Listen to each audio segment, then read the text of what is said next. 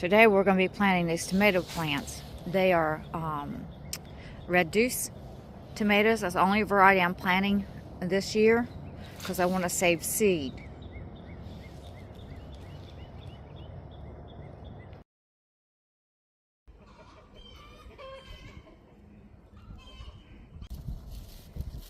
What are you doing? Are you enjoying that sun? You's a sweet boy.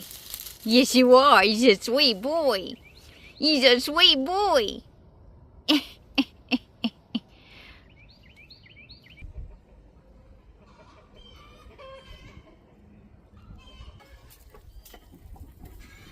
Hey guys, Southern Comfort here.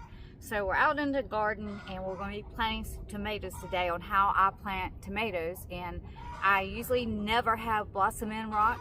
My plants grow very vigorously and very well and produce very, very much.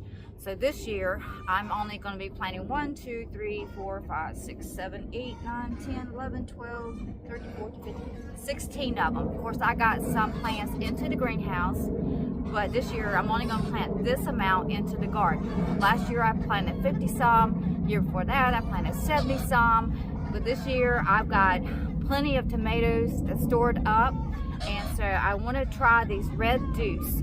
I think I grew a couple plants last year from a subscriber that sent me some seeds in Virginia, and these red deuce seeds are very expensive. As a matter of fact, he sent me some this year, and once I started looking for the red deuce seeds to purchase, they were hard to find and they were very expensive. So the only reason I'm planting just this one variety is because you don't want your tomato plants to cross-pollinate, because usually by the wind will shake them and they will pollinate themselves. So you don't have to do a whole lot. But if you're into a greenhouse or into a closed area and it's not pollinating very well, you just bump the plant and it will pollinate. So that's what we're going to do today. We're going to go ahead and get these into the ground. These are beautiful plants here, and I'm so loving them. So usually I grow indeterminate and determinate tomatoes. So what these are going to do, they'll get a certain height, they'll produce, and that'll be it. So here onto the southeast coast, we get super hot, and usually, I mean, they do good, the tomatoes do super well, but once it gets so hot, then the plants start getting disease, which I'm usually prune mine out a lot, keep that airflow going into the branches so that it creates it not to get as much of a disease problem, but the heat does overtake them. So planting just one variety is going to be good for this year because they're going to produce, and that's going to be it. And that's what I want to do this year. And let me show you how I plant these tomatoes. So I lay out my tomato plants, and the spacing is probably about 20-24 inches, somewhere around there. It gives them a good airflow through the plant in between. Now these are determinate, so they're going to get about 3 or 4 feet, and you can handle these by caging them or trellising them or putting stakes, posts, and to hold them up, because they will grow on the ground, but then they're likely for disease and insects, definitely insects, because I've done it before just to test it out, and it is really hard to get all the harvest that you want with letting them grow onto the ground. So these will produce, and they'll pretty much be it, and then we can use this space for the garden season. I have my fertilizer setting out for easy access and the water. So this right here is 13, 13, 13. This is blood meal, bone meal, organic vegetable and tomato 3, 5, 6.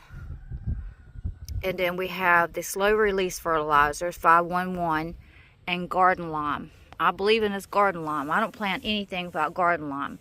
Now the garden has been fertilized about 6 weeks ago, or maybe 2 months ago, with 13, 13, 13 and garden lime, and it's been tilled up.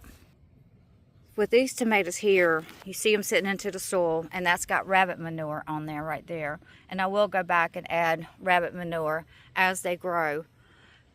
But I like to use a shovel when I'm doing this because I want all this soil into my hole so that all that fertilizer and so the plant won't hopefully be subject to transplant shock. So I'm going to dig my hole, put my fertilizer in there, put a little bit of soil on top of it, just a little bit, and then I'm going to cover it back up and then water it. So I'm going to move my plant over. I don't have to worry about the spacing because I've already spaced it out, and I'm going to dig down. Okay, so this is what the rabbit manure looks like. It's dried. It's got some rabbit hair into it, which is fine. It will break down also. But I did a video on how I catch my rabbit manure. If you want to check that out into my playlist. So since it's dried, I can store it. I'll put it in a bag and store it if I get a large quantity. So we're going to dig our hole again.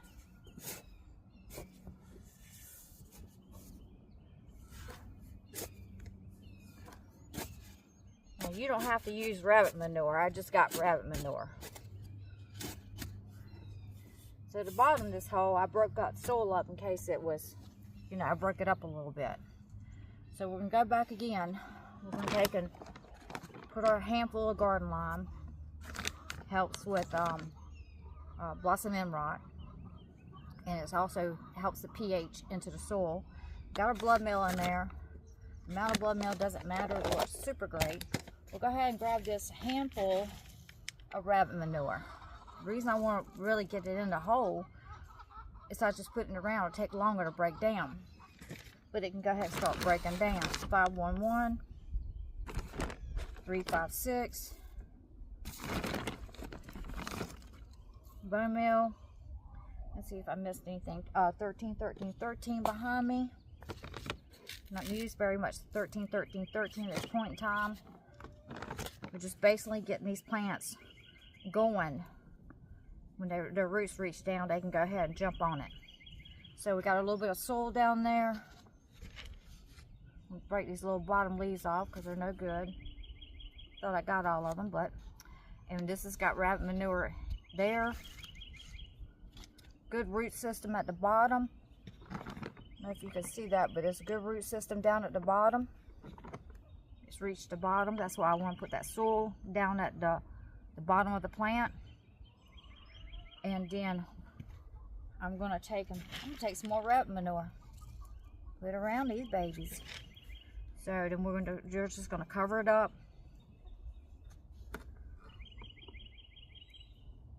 Kind of mash our plant down, make that soil contact, put our heel back together.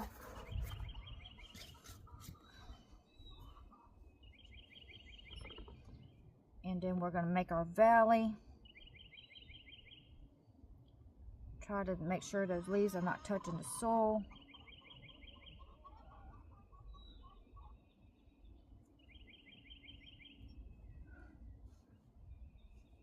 And then we're going to water it.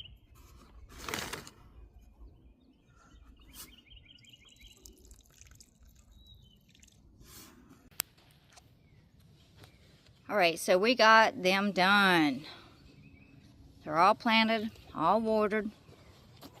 Feels really good at this moment. Perfect temperature for tomatoes. And it feels like it's 70 plus. So it feels really super good out here. They're going to love it. I'm going to love it. And we're going to have tomatoes. So I thank you very much for watching. This is how I plant tomatoes. If you want to see the growth on them or past videos of last summer, how well they did, just check out my playlist. And in there, one of those places, I think it's Chickens and Garden, and it will show the results of my tomatoes. Lots of other videos there. I'm super happy of my garden last year. Every year I'm super happy. But I want to say, happy gardening. If you like this video, don't forget to give me a thumbs up. And thank you for subscribing and commenting. And I appreciate you being there. You don't have to be there, but you are. And I'll see you on to the next video. here into the greenhouse, we have the red deuce growing.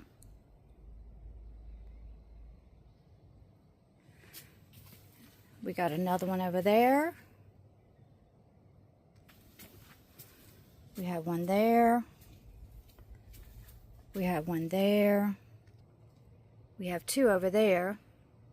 I forgot to plant that one in the red in the garden. So I'll find a place in here in the greenhouse. We have one there. We have one there. These have been planted about a week now, and they're looking super wonderful.